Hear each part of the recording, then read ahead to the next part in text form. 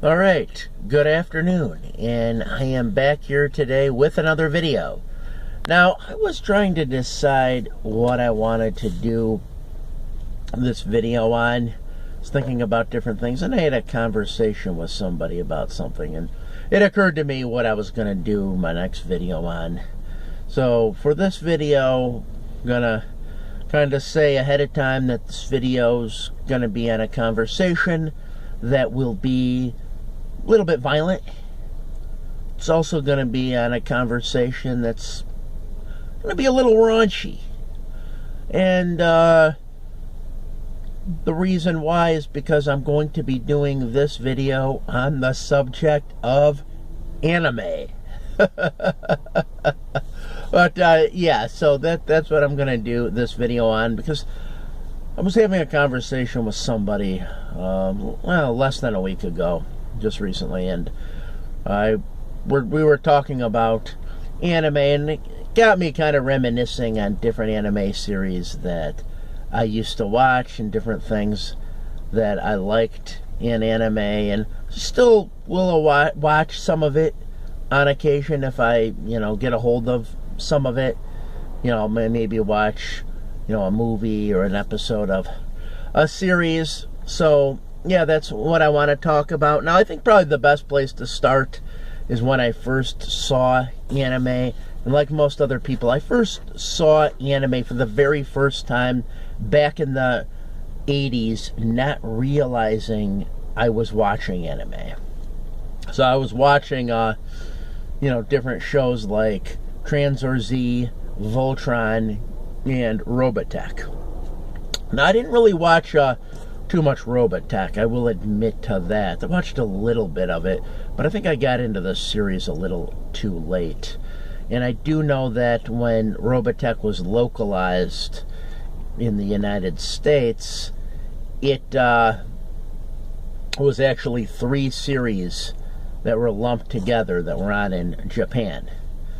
Now, and I should mention that for those who don't know, if you're watching this, anime is the animation style of Japan. So just kind of wanted to make that clear before I move on. But yeah, so I also watched a series called Tranzor Z. Now, that came on right before Voltron, and that's a significant series because it was the first of its kind where you had the guy getting into the big mech robot and controlling it.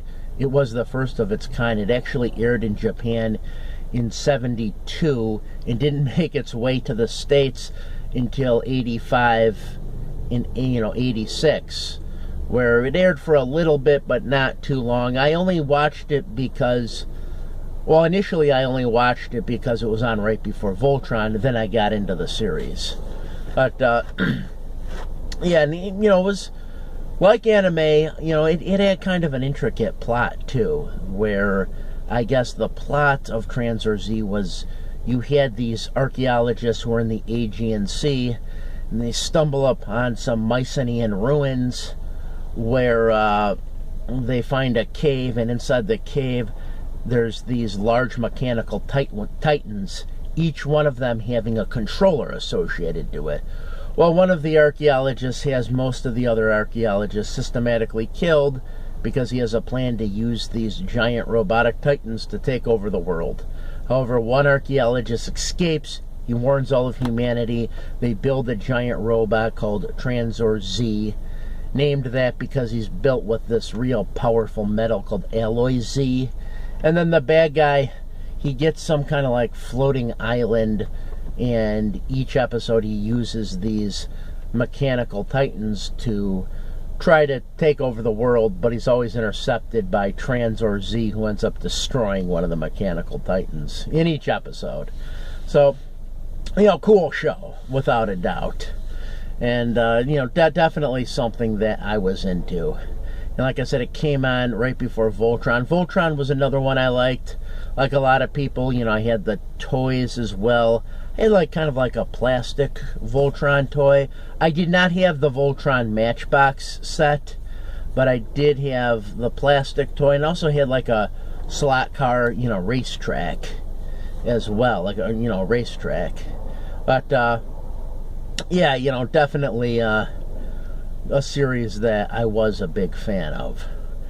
And then, didn't really watch too much anime. I did watch something called Spectre Man when I was young, and that, although that wasn't anime, it was a lot like an anime series. It was made in Japan. It was kind of like live action anime. But I didn't really see that much anime again until I got into college, when my roommate told me about, or he had some VHS tapes of a series called Ranma One Half. And I remember him telling me about it, then I watched an episode, and at first I just really thought it was stupid. I really did. Then I saw a second episode and a third episode, still didn't get into it, but after seeing the fourth episode, I was hooked. I was like, you got any more? You got any more Ranma One Half? Where can I buy it? Then I remember I looked at some like hobby shops and stuff. It was real expensive.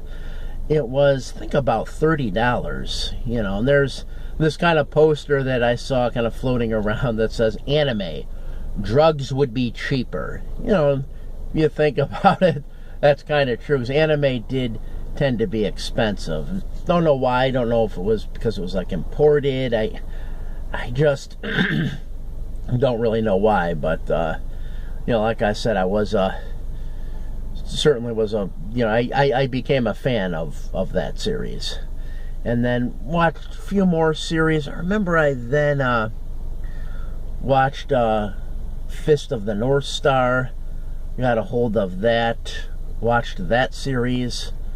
Then I remember another friend of mine had bought some anime and we watched a lot. Yeah, Fist of the North Star was one, and I remember Vampire Hunter D was another one I liked a lot. But Fist of the North Star is interesting because around that time I watched it in '96, they had actually made it into a live action movie as well, starring, I want to say the guy's name was Gary Daniels. And Gary Daniels is like, I think he was like a middleweight British kickboxing champion. But he then became like a video-only action star, and he was in the Fist of the North Star live action movie. But I really liked the anime a lot. I also liked Vampire Hunter D a lot. Saw Vampire Hunter D, liked that. I know, well, I like, they actually made 2 Vampire Hunter Ds, and I saw the second one, which I want to say the first one came out in '85. The second one I think came out around 2000 or 2001, somewhere around there. But I'd have to say I think the first one is better, or definitely has a better storyline. Second one wasn't as good, but it had better animation. Anime had improved at that point, so the animation was better, but storyline just wasn't as good. But yeah, so just a lot of other series I would get a hold of and watch. Devilman was another one. That was one that went pretty far back. I think to like the 70s. Was another one that I believe was also on in the West that I actually just recently saw a little bit of and liked a lot, and that was Space Pirate Captain Harlock. And then, as far as I know, I believe that did air some places in the West. And I think some places in the United States, some regions did show it. But, yeah, so, just definitely something I did like, something I would watch the movies of. Another one that I really liked a lot was Evangelion. I thought Evangelion was a good series.